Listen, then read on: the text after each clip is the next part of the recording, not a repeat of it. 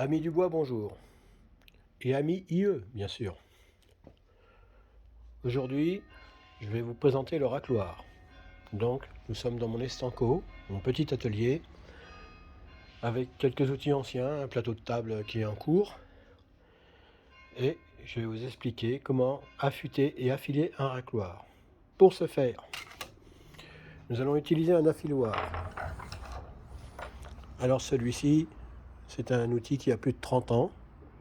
Il a été fabriqué dans un tire-point, tout bête, tire-point du commerce, n'importe quelle marque. Donc, limé, meulé et autouré, de manière à ce qu'il n'y ait plus aucune strie dessus, s'il soit parfaitement lisse, un petit peu comme le derrière d'une jeune mariée. Voilà. C'est un mot qu'on employait jadis lorsqu'on faisait un apprentissage ou autre. On avait des définitions pour expliquer un petit peu le résultat qu'on voulait obtenir. C'était un peu graveleux, mais représentatif. Donc, le racloir. Alors, mes racloirs, ils ont vécu. Voilà. Donc celui-ci avec une forme spécifique, spéciale rambarde d'escalier, pour bien racler dans les mains courantes. Courbe progressive, il servira longtemps. Il est tiré d'une lame d'acier de scie à ruban à débit. Donc c'est le meilleur que vous puissiez trouver. Alors par contre, avec toutes les séries qui ferment et la modernisation, je ne suis pas certain que vous puissiez trouver son homologue. Donc celui-ci, c'est un racloir qui a dû être acheté à l'époque, tout bête, comme on pourrait trouver aujourd'hui. Voilà, donc je vous conseille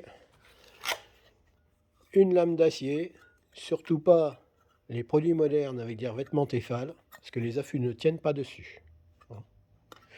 Vous raclez quelques minutes et puis le fil se retourne. Donc celui-ci, fabrication française, acheté ce matin même dans une bonne quincaillerie. Voilà. Donc une pure lame d'acier, toute bête. Cet outil vous fera gagner beaucoup d'argent si vous en prenez soin au long de votre vie et de votre carrière. Alors, bien sûr, les prochaines étapes sont à suivre avec délicatesse. Donc, utilisez une pierre à huile. Alors, on peut utiliser, jadis on utilisait du pétrole mélangé avec de l'huile pour pas que ça colle sur la pierre et pour limiter l'encrassement. Moi, j'ai trouvé un produit super efficace. Voilà. Bon, je fais pas de pub pour la marque, mais c'est une bonne marque, on va dire. Mais ça l'avantage qu'il y a, ça n'encrasse pas. Donc c'est très simple. Vous imbibez la pierre, vous prenez le racloir et vous allez commencer par faire des mouvements de va-et-vient pour enlever le fil existant à l'usinage mécanique de fabrication. Ici, alors je travaille d'une main, je ne suis pas équipé, j'ai pas de GoPro, j'ai rien.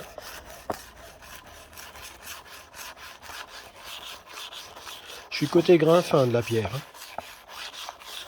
Voilà, vous entendez, il se passe quelque chose.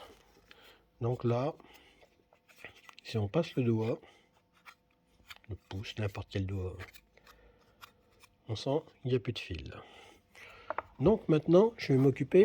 Alors, normalement, vous devriez prendre un guide en bois pour être bien perpendiculaire à la pierre. Mais moi, avec mes années de métier, je m'en passe. Voilà, donc il s'agit de faire un plan très droit et très lisse, d'enlever toutes les micro-striures qu'il pourrait y avoir sur le plat du racloir.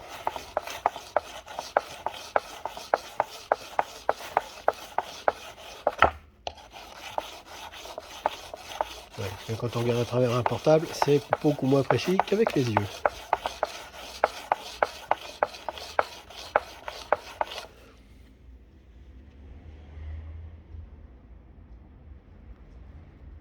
Encore un petit peu, hein, on voit des aspérités. Il faut les supprimer. C'est l'objectif.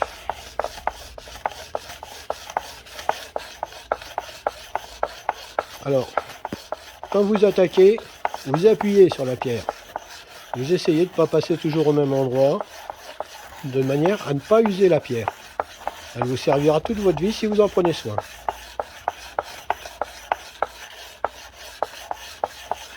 Et au fur et à mesure, vous diminuez la pression sur la main, de manière à ce que le frottement soit plus délicat. Et donc de ce fait, la finition sera plus fine.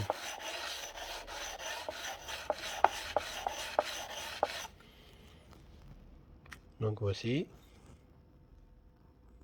Voilà, on est beaucoup plus propre. Je ne sais pas si on est parfait, mais bon, une fois qu'on aura utilisé le racloir, on le saura. Un bon racloir, il ne va pas se faire du premier coup.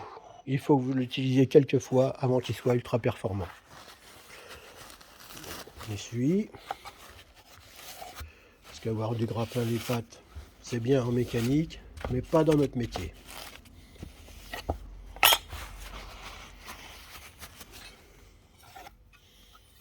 Ainsi, donc là, on sent qu'un nouveau fil s'est créé. Alors parfois, pour un usage très fin, je me contente de ce microfilm fil pour racler. Ensuite, vous allez prendre la filoire. Alors la filoire, c'est bien de le paraffiner. Bon, le mien est ultra lisse, je ne vais pas le faire. Sans ça, vous achetez de la paraffine à confiture dans le commerce. Ça coûtera moins cher que chez votre quincaillier. Et ça sera tout à fait efficace. Donc là, alors très délicat avec le portable, c'est vrai dommage que je n'ai pas une autre caméra. On va faire, alors le mouvement, c'est de passer la filoire de manière bien plate pour éliminer tout fil sur le plat, là, de ce côté-ci. Vous voyez là, il faut que ça soit ultra lisse. Voilà. Et ensuite, vous faites pareil de l'autre côté. Il y a l'étiquette qui me gêne. J'aurais dû l'enlever. Mais bon, comme j'aime bien les produits français et qu'ils l'ont marqué dessus, on va le laisser. Ça me fait plaisir. Voilà. Donc là, on est très lisse. Alors maintenant, vous allez, avec une main, appuyer sur le racloir ici, de manière à ce qu'il soit fermement tenu sur la planche de bois. Alors, si vous n'êtes pas sûr de vous, vous pouvez le serrer dans un étau ou alors entre deux planches de bois. Si vous le serrez dans un étau, mettez un chiffon, n'allez pas abîmer l'acier. Ensuite, vous allez prendre cet affiloir et vous allez passer quelques coups en inclinant légèrement votre affiloir pour donner un angle. On va essayer de se mettre ailleurs de manière... Voilà. Donc, vous voyez l'angle, il faut passer l'affiloir quasiment droit au démarrage et ensuite vous inclinez, mais très peu, très peu. Il faut garder un angle ouvert. Si vous fermez trop l'angle, votre racloir il va cirer, il ne va pas évacuer les copeaux. Donc il faut que le racloir soit quasiment perpendiculaire au démarrage pour ensuite incliner l'angle. Mais alors ça, vous dire l'angle, je ne pourrais pas. C'est avec l'habitude que l'on met l'angle du fil par rapport à sa propre main, par rapport à son propre angle de travail. Donc là, je vais le faire sans filmer, hein, sans couper la vidéo, puisque je ne suis pas équipé pour filmer. mais je vais le faire.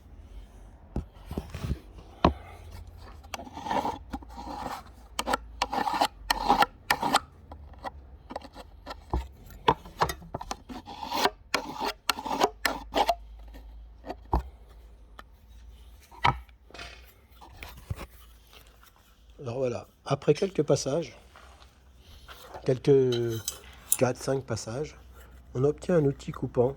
Le fil est rabattu. Et alors, il me faudrait les deux mains pour vous le montrer. Donc, je vais l'utiliser et puis je vais vous montrer ensuite les copeaux que cela fait.